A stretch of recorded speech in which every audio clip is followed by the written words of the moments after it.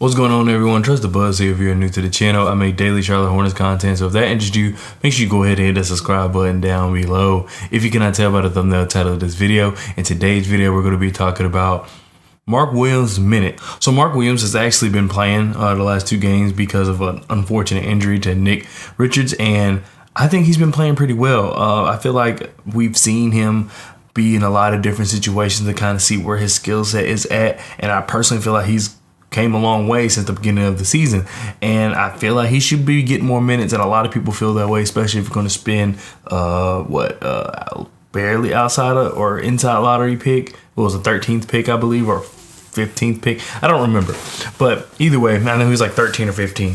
But you spend that kind of pick on a first round player, especially with a team that's struggling, especially with a team that is struggling at the center position specifically, and you don't use them. And then 2 years ago, you did 22nd pick for Kai Jones. So it's not making a lot of sense that you're using first round picks on centers that you're not using, or centers that aren't ready. While center is one of the harder positions to play outside of point guard, I get that, but with a team like this, you would want to see those guys play.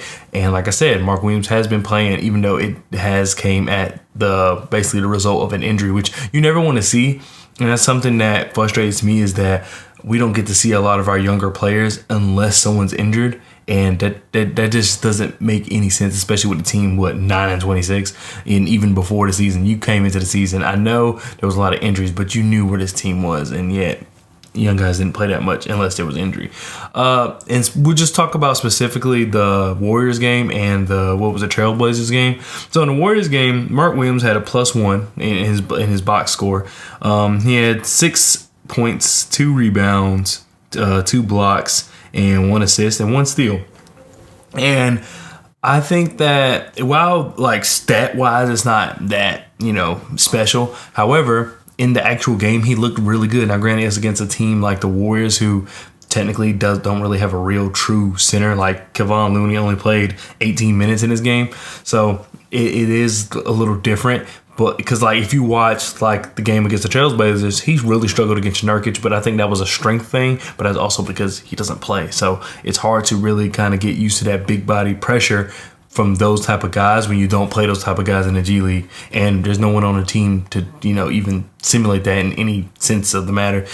So he did struggle, but it's good to see him that he was able to play in the small ball lineup. There was times where he was on Klay Thompson. I think specifically he had a block on, I want to say it was James Wiseman, and he was guarding Klay Thompson. He was able to switch on to Klay Thompson, guard Klay Thompson pretty well, and then fall down into the paint and block James Wiseman. That's something that you want, specifically this type of team.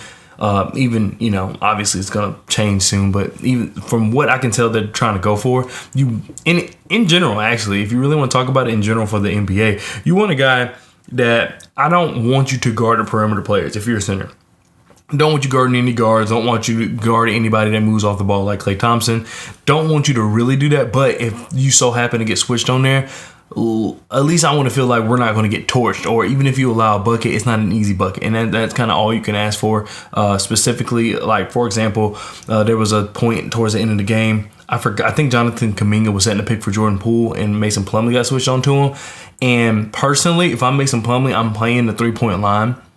Because one is Jordan Poole, and we know Jordan Poole likes to take those shots, and two, you can live with a 2, you know what I mean? And then you would hope somebody, slides over or whatever. However, Jordan Poole started doing his moves, and Mason Plumlee sagged off. Jordan Poole pulled up. He missed the shot, but he was really wide open. And with Klay Thompson and Mark Williams didn't allow that, and then he was still able to go in and block the shot. So I think that that's where the difference, comes at. Is just having someone to be able to guard the perimeter when you need to. So that's good to see. I mean, his offense has a ways to go. However, it's very rare him and LaMelo are on the court at the same time, significant amount of time at the same time. So that doesn't help as far as getting his offensive numbers up. But Theo Maledon does a really good job of getting him the ball. I mean, I think there was a dunk in this game where Theo Maledon, drove inside the paint, and then basically Mark Williams got open. He dumped it off to Mark Williams. Mark Williams was able to go for the dunk. Or that might have been in Trailblazer game. It might have been both. I don't remember. But I think that we're seeing that what Mark Williams can be. So like, and I have my iPad here, that's why I'm like kind of looking down. But if we go to the game against the Trailblazers, Mark Williams had a much better game, even though there was something that I didn't like too much. But we'll talk about that probably in another video. And I actually mean it this time. I know I say that a lot, but I don't record. But it's really hard to find like anything to say because it's the same thing. I say that all the time, but it's true. So in the Trailblazers game, he had 9 points, 2 steals, 1 assist, 6 rebounds, 5 defensive rebounds, 1 offensive rebound, and 5 personal fouls. So we can get to the fouls in a second, but he played really well this game. He struggled against Nurkic, but overall he played very well in this game, especially considering his minutes were very early, if I remember correctly. His minutes came early, and I think he did a good job. And then there was a big stretch where I think he scored like 8 points in the first quarter, first or last 6 minutes of the first, something like that. And he just didn't play again until like the fourth quarter, or maybe it was late third, early fourth, and that's just a problem. I mean, I know that, for example, that, you know, he's young, and I get it, you're trying to win the game or whatever, but that's when I feel like this team, I don't know. I just wish they would, like I said, maybe release something like a comment or something. But that's where it's frustrating to watch, is because you have a guy who's playing really well, and then you pull him, and then you don't play him until late into the game. And then when he gets into the game, you let him get into all this foul trouble. Because I think when he first went out, he had 1 foul. Then he just got 4, like out of nowhere. And I mean, a lot of that, I'm not saying that that's personally Steve Clifford's fault or whatever, but you're so quick to pull people, right? You're so quick to put your starters in. You're so quick, because that's one thing that frustrates me about this team.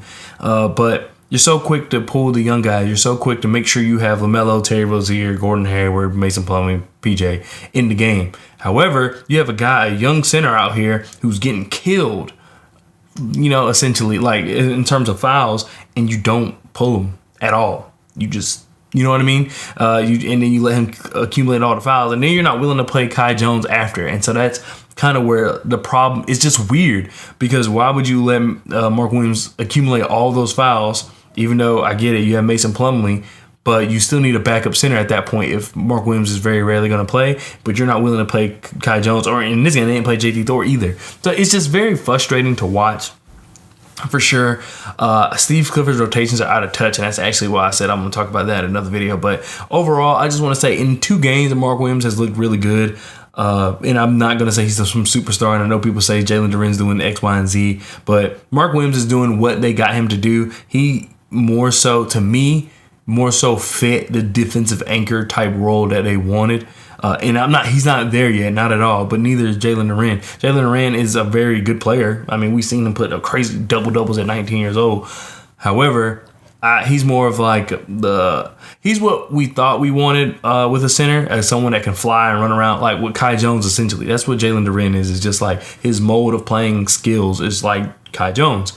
But the Hornets really need someone who can really sit in the paint and protect the paint, like Mark Williams. That's really what they need. And Jalen Duren, I'm not saying he can't do it. I'm not saying he'll never be able to do it. However, when you look at what they did in college and then compare it to you're trying to project it into the NBA, Mark Williams fit that mold better. And also another reason, if you think about it, is that the reason they had to pick a center that way is because they don't have any perimeter defenders. So it's just like it's a cycle that I feel like nobody talks about, as far as just we did this, and they look at it as an isolated incident. Like, I'm talking about roster moves in general for our team, but people don't think about what caused that, you know. And that's literally, to me, that's what caused it. Mark Williams projected to be a better kind of like a paint protector.